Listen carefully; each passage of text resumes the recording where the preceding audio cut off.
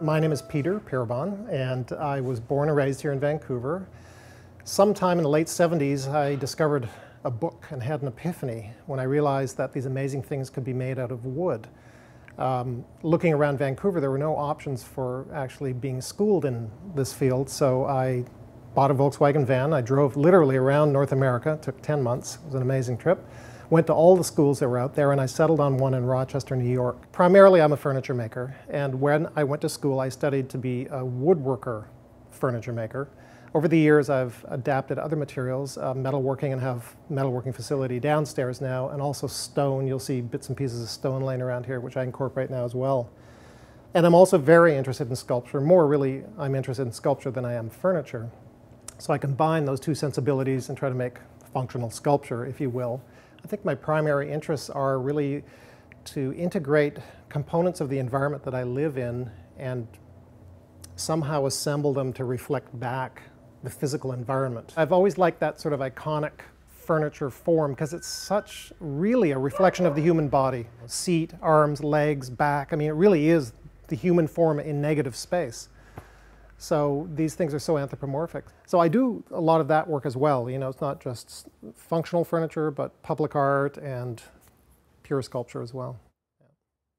It's important for artists to be able to position themselves so that they're not at the mercy of the marketplace when it comes to studio space. So when I arrived back in Vancouver, one of the first things I started to do was to look for a building to buy so that I could move myself in there, hopefully live and work in the same building, and I would never have to worry about being kicked out. But what I didn't realize is that the tax structure, and this is probably true of anywhere in North America, is very punitive for a commercial property. So you pay roughly 6 to 7 times as much as a residential property. And I bought into a wonderful upcoming area in Lower Lonsdale, North Vancouver, but the problem was the valuations of the property were rising so quickly. My taxes went from $6,500 to $14,000 in the space of 3 years. So it actually became too expensive for me to continue to work in that building, even though I owned it. So I actually moved over here, and my wife and I bought this building. It was much less expensive, and therefore the taxes are that much lower. I have a lot of experience setting up studios because I've moved so many times. So the basic prerequisites for me are that there's enough physical space, ceiling height, and just volume.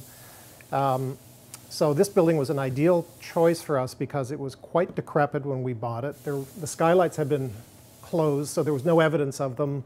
The roof was leaking very badly, and there was mold literally all over the floors, and it scared everybody else away. The building was pretty rough, but the best part of this building is, because it's an old building, it actually occupies the entire lot, from the very front to the very rear of the property. You're not allowed to do that anymore. You'd have to provide on-site parking and other amenities if you built a building. So this offered us a huge amount of floor space on this floor and the one below. And that's the other thing, they were not connected before. There was no stairs leading up and down. So it was used in a completely different way. But, having been around buildings and looking for studio space before, I recognized the opportunity. So it is absolutely ideal because of that. Another factor is use. It was zoned appropriately. The use, although I had to change the use, that's relatively minor compared to changing zoning. So it still costs you $4,000 to make the application, however. All these little steps along the way, are quite expensive. There was no big roll-up door like you saw coming in here. It was a very low, 4-foot-high kind of sliding thing.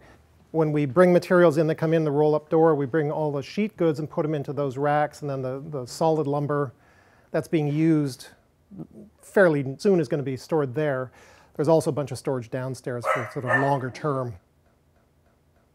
Well, this area is where we actually physically manufacture things.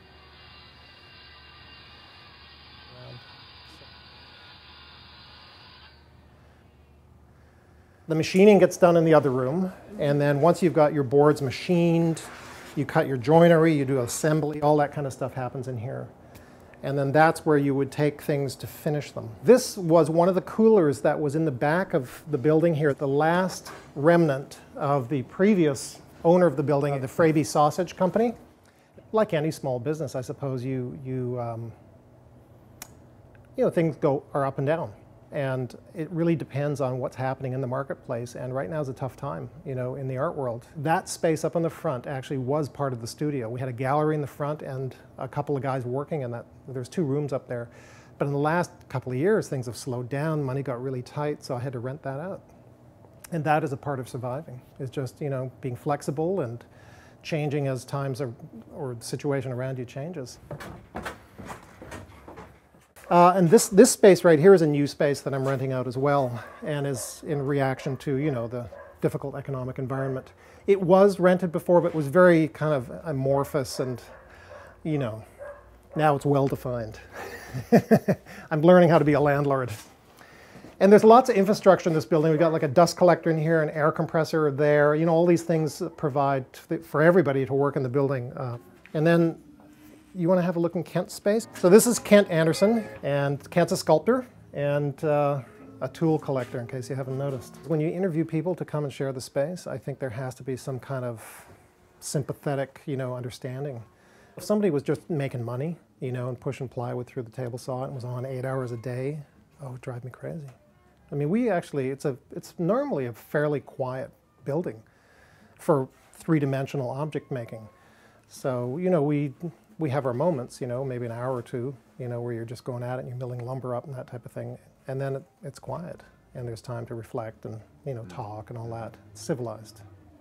So it's an interesting position because really the contemporary art world sort of marked by this person who sort of orchestrates. Orchestrates, gets all their stuff together and, you know, has this fabbed out, has that fabbed out, and it's more of a planning process, whereas the planning and the fabrication are sort of all in one. So there's a lot of prototyping, a lot of sitting there contemplating, a lot of funny little roads you go down to which don't produce anything. They're just about kind of seeing what's occurring while you're doing it, and then, as you say, you follow certain paths that sort of just occur to you during the process, as opposed to a pre-planned position.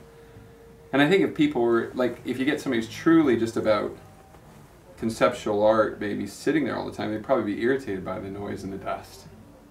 But if you get a pure fabricator, somebody who's just in there cranking stuff out, that's equally as irritating. Yeah, it's equally as irritating, exactly. The artists tend to be very timid about taking control and making opportunities happen, because I think that's the way it ultimately has to be. If 10 or 12 or 20 artists got together and they each had access to $10,000, you know, that's a chunk of money. They could collectively go out and find a building and buy it. I'm sure they could. And I don't know why that hasn't happened more. You know, the sooner it happens, the better, because the prices in this town and the availability of buildings like this, it's shrinking so quickly. When I was on the North Shore, I had great difficulty evolving. And a lot of that is technical in a way. I mean, I had the machines that I needed to work, and I was in that space by myself with 1 employee. I missed the intellectual stimulation of having a peer group, but I also missed the access. For instance, there's a guy around the corner, Aaron Arntzen, who, you know, he's coming over here all the time to borrow my tool. I'm going over there. He's got a plasma cutter. I don't, you know, that kind of interaction, how to use the thing, and within the little community that I'm in, once I moved over here, I think I've met virtually everybody working in my field. You know, as a result of being close in proximity, bumping into them at, you know, the lunch place or wherever. There's events taking place in the evenings here or on the weekends, and, you know, you bump into somebody, you have a chat, and next thing you know, you're in their studio because they have a process or a technique or something interesting, or they want your feedback, and vice versa. So I think it is a really interesting sort of knitting of, like anywhere, I think all these creative companies like Google are trying to set up in the architecture of their buildings opportunities for people to literally just sit next to each other. So the engineering department is sitting next to the software designers who are next to the marketers, and they all get a chance just to BS, and suddenly it leads to something.